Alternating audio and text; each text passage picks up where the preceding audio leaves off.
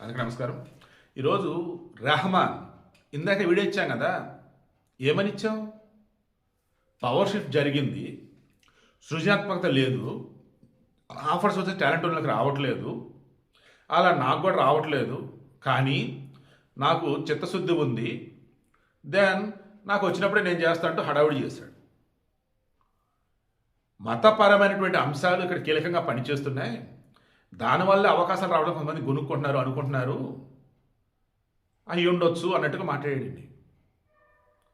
ఇతను జర్మనీ చెందినటువంటి top most మ్యూజిషియన్తో కలిపి మన రామాయణ్ మూవీ నితీష్ తివారీ అనుకుంటా డైరెక్టర్, ప్రొడ్యూసర్ వచ్చేసి మన వాళ్ళే ఆలోక్ మిట్టలా సమ్మేద పేరు, ఓకే లెట్ ఇట్ బి.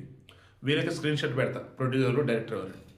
నేను చెప్పదలుచుకుంది ఏంటి, రెహమాన్ ముస్లిం అవటం వల్ల అవకాశాలు తగ్గిపోయినాయి అని అన్నాడే. ఇందాక వీళ్ళు ఏమన్నాను, సల్మాన్ ఖాన్, షారూఖ్ ఖాన్, అమెరికన్, మరి అంతే ఎవరు? జావేద్ అఖ్తర్ రైటర్ ఎవరు? వీళ్ళు చెప్పుకోవడమైతే ఇప్పటికీ బాలీవుడ్లో ఏలుతున్నది ముస్లిమ్స్ ఎక్కువగా. దెన్ జావేద్ అఖ్తర్ వచ్చి అన్నాడు ఏఆర్ రెహమాన్ అనడం కరెక్ట్ కాదు, మరి ఏ ఉద్దేశంతో అన్నాడేమో. ఏఆర్ రెహమాన్ వచ్చేసి హాలీవుడ్ మూవీస్ చేస్తూ బాగా బిజీగా ఉంటాడు, చిన్న చిన్న వాళ్ళు ఆయన కలవలేరు కదా, దాలా ఆయన దగ్గర ఎవరు వచ్చి ఉండరు అట్లా అన్నట్టు కరెక్ట్ కాదు, ఎందుకు అలా అన్నాడు అబ్బా అన్నారు. సింగర్స్ కూడా షాక్ అయ్యారు, ముస్లిమ్స్ మరలా వాళ్ళు కూడా. ఏఆర్ రెహమాన్ ఎలా అనడం ఏంటబ్బా అన్నారు.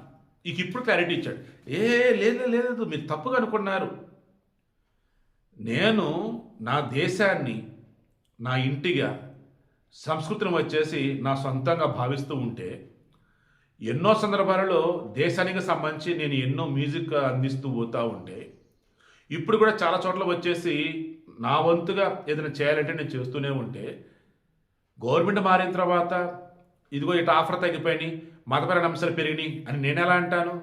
నన్ను మీరు తప్పుగా అర్థం చేసుకున్నారు, నా ఇంట్రెస్ట్ అది కాదు అన్నాడు. ఏం కాదు, క్లియర్గా అందరూ కూడా షాక్ అయినాయి, ఇదేంటి రాబు పెట్టన్నాడు రాబు అని. నీ దగ్గర టాలెంట్ ఉంటే అవకాశాలు వస్తాయి, టాలెంట్ ఉంది, అదే కొట్టుడు కదా, కొత్తగా కొడుతున్నా ఈ మధ్య అంటే లేదు.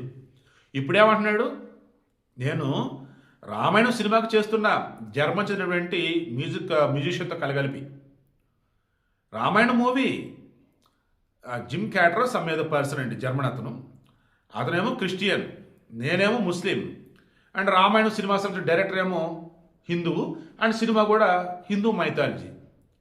ఇది భారతదేశం ఇప్పుడు కవరింగ్ చేస్తున్నాడండి.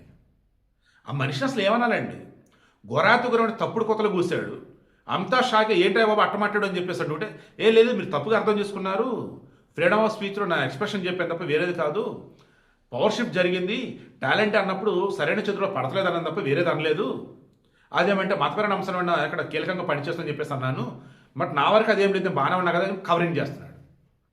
ఇటువంటి కవరింగ్ చేసే బ్యాచ్ కుప్పలంటి దేశంలో. ఇందాక వీడు కూడా అదే చెప్పారు, నిజమైన ముస్లిమ్స్, నిజమైన క్రైస్తవులు ఎప్పుడు ఇతరులకు సంబంధించి తప్పుగా మాట్లాడరు. మతం మారిన వాళ్ళు ఉంటారు, వీళ్ళతోనే తలనొప్పి అంత, అందరు కదా మరి కొందరు. మతం మారిన కొందరులో బుర్రలో పురుగు కదిలాడుతూ ఉండిద్ది అనమాట. అది ఎప్పుడు కదిలాడితే అప్పుడు పిచ్చి పిచ్చిగా వాగుతూ ఉంటారు. అది ఎవరేంటి మీకు ఇప్పుడు తెలిసి బుర్రలో చూస్తూనే ఉంటారు. అసలు ఈరోజు ఆదివారం కదా. సో ఫైనల్లీ తప్పులు సరిదిద్దుకోవడానికి ట్రై చేసి మరలా అతిపెద్ద తప్పు చేశాడు, కవరింగ్ చేయబోయి రెహమాన్ అలియాస్ దిలీప్.